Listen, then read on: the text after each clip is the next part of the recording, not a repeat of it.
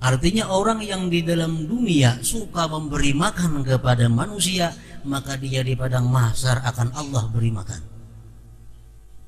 Orang yang dalam dunia suka memberi minum kepada manusia karena Allah, di padang mahsyar nanti Allah akan memberi dia minuman. Orang yang dalam dunia suka memberikan pakaian kepada orang lain, di padang mahsyar nanti akan.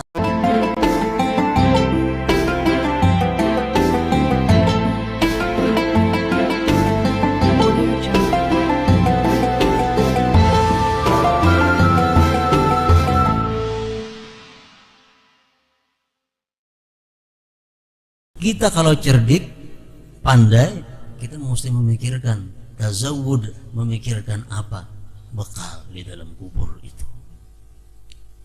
Rasulullah sallallahu alaihi wasallam mengatakan, "Idza mata ibnu Adam inqata 'amaluhu illa min thalas, sadaqatin jariyah, aw 'ilmin yuntafa'u bih, aw waladin salih yad'u lah." Jadi Nabi, kalau kita sudah mati, kita dalam kubur, kita kada kau beramal lagi. Kita kada kau sembahyang lagi dalam kubur, kada kau berzikir lagi, semua sudah putus amal kita. Kecuali 3 yang masih kada putus, masih mengalir. Sewaktu hidup kita ada punya sedekah jariyah. Nang kita dalam kubur, sedekah kita masih dimanfaatkan oleh kaum muslimin. Selalu mengalir. Dalam dunia sempat kita nukar 10 biji keramik untuk masjid, disembahyang orang tiap hari sampai mengalir kepada kubur. Nah, ini bekal dalam kubur. Atau kita ada punya ilmu yang kita ajarkan kemudian diamalkan oleh orang, mengalir pahalanya kepada kita. Atau kita ada punya anak yang saleh yang selalu mendoakan kepada kita di dalam kubur. Hanya 3 itu bekal untuk masa penantian di dalam kubur. Nah, tazawud 5 ba'dal. Kalau kita cerdik, kita pandai sebagai orang beriman, kita sudah mempersiapkan itu. Sudah siap. Sedekah jariyah selalu kita gawi. Ilmu selalu kita sebarkan. Anak kita didik agar menjadi orang yang saleh, yang mendoakan kepada kita sagan dalam kubur nanti. Itu untuk di dalam kubur. Dalam kubur dibangkit kita menuju tempat yang disebut mahsyar. Rasulullah mengatakan, orang yang dibangkit dari kubur itu dalam keadaan lapar, dalam keadaan haus, dalam keadaan telanjang.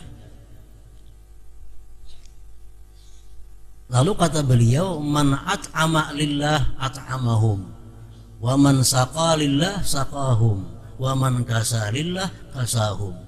Artinya orang yang di dalam dunia suka memberi makan kepada manusia, maka dia di padang mahsyar akan Allah beri makan. Orang yang dalam dunia suka memberi minum kepada manusia karena Allah, di padang mahsyar nanti Allah akan memberi dia minuman. Orang yang dalam dunia suka memberikan pakaian kepada orang lain, di padang mahsyar nanti akan Allah beri pakaian kepada mereka. Nah, ini bekal di akhir. Suka memberi makan. Seapa banyaknya kita memberi makan orang, sekadar kemampuan kita. Sekadar kemampuan kita. Sehari seekong kita memberi makan orang karena kemampuan kita seitu. Kita niatkan karena Allah, ini bekal supaya jangan lapar di padang mahsyar itu. Nah, para muhibbin rahimakumullah, apalagi persiapan bekal kita. Kalau kita cerdik, kita termasuk orang beriman yang pandai, kita bekal untuk menghadapi hisab Allah.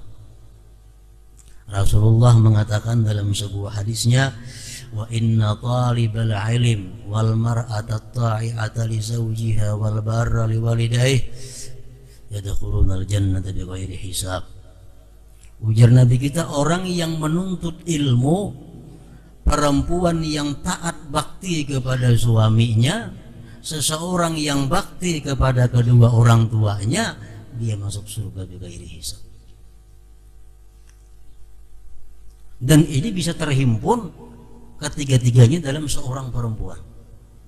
Laki-laki paling-paling kawan 2. Kalau bini-bini, inya menuntut ilmu tiap hari, Inya bakti lawan lakinya, inya bakti lawan kuitannya. Nah, sudah bisa ketiga-tiganya.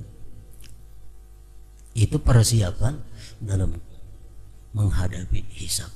Jadi kita menuntut ilmu sanggup manfaatnya baik dalam dunia supaya jangan bodoh, supaya jangan bubungulan. Di akhirat kayaknya menuntut ilmu agama, faedahnya apa? Selamat daripada dihisab Allah Subhanahu wa taala.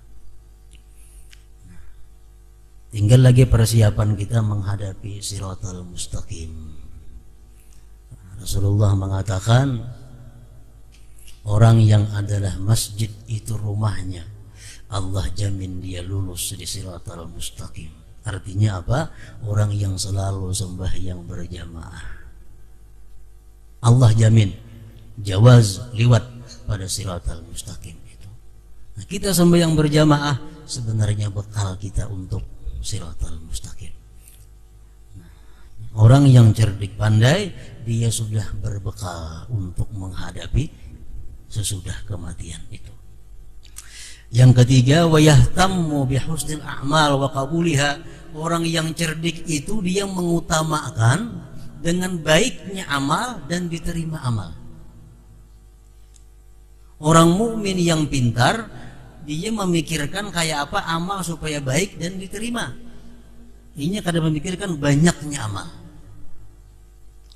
Allah mengatakan dalam Al-Qur'an, alladzi khalaqal mauta wal hayata liyabluwakum ayyukum ahsanu amala.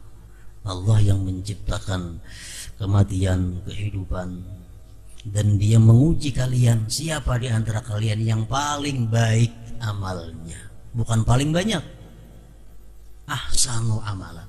Nah, orang yang pintar, yang cerdik, dia berusaha, dia mementingkan amal itu baik dan diterima. Ini kadang dikirakan banyaknya. Mengaji Quran tuh kadang memikirkan sajus sehari kada, tapi nangnya pikirkan kayak apa supaya bacaan Quran ini diterima Allah dan bagus. Walaupun selambar sehari, cuma bacaannya bagus, lebih bernilai daripada banyak cuma kata buku beruas.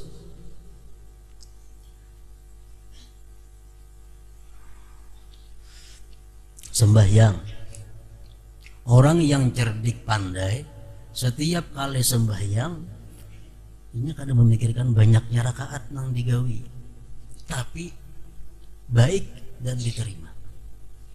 Kayak apa sembahyang supaya baik, supaya diterima, itu yang jadi masalahnya. Sembahyang malam walaupun hanya 2 rakaat, kalau itu baik dan diterima Allah, itu kada sedikit lagi jadi banyak nilainya, jadi luar biasa nilainya. Ulama-ulama sufi mengatakan, kalau kita hendak sembahyang itu diterima oleh Allah, kita perhatikan 6 perkara. Ini 6 jadi himati.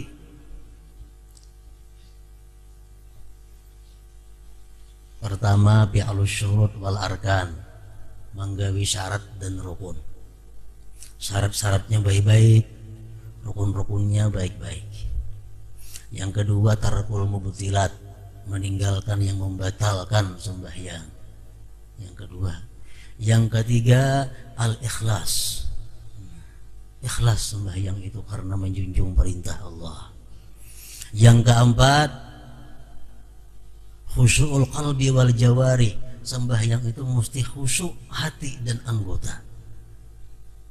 Yang kelima, quwwatun min halal, kekuatan tenaga daripada makanan minuman yang halal.